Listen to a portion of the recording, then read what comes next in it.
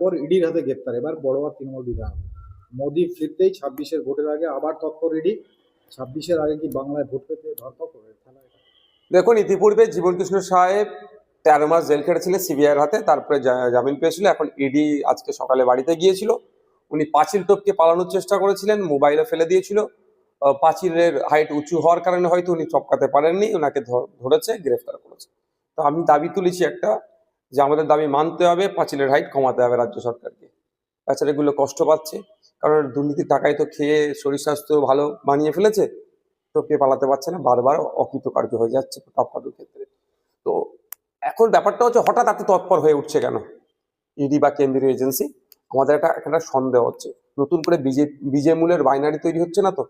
যে বিজেপি তৃণমূলের যে বাইনারিটা আমরা ক্রমশ ভাঙতে পেরেছিলাম, মানুষ বুঝতে পেরেছিল যে কিভাবে আমাদের বাড়ির মেয়ে তিলোত্তমাকে খুন করার পরে সিবিআই কেসটা হাতে নেওয়ার পরেও যেন একটা ঝিমিয়ে চলছিল, যথাসময়ে চার্জশিট না দেওয়ার ফলে জামিন পেয়ে গেল সন্দীপ ঘোষেরা। এই সমস্ত বিষয়গুলো আমাদেরকে ভাবছিল।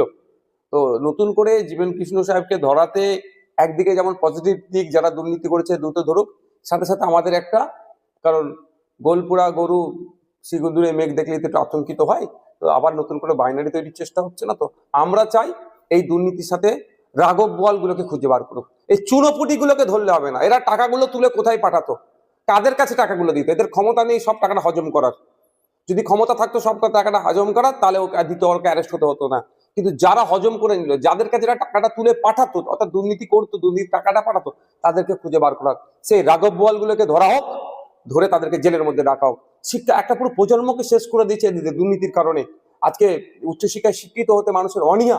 আপনি খোঁজ নিয়ে দেখুন, ক্যালকাটা ইউনিভার্সিটির কথা যদি বলি, প্রায় 50% সিট এখনো খালি রয়ে গেছে, অর্থাৎ ভর্তি হয়নি। কেন? কারণটা কি?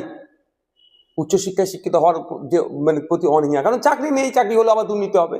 এটা বন্ধ হওয়া দরকার।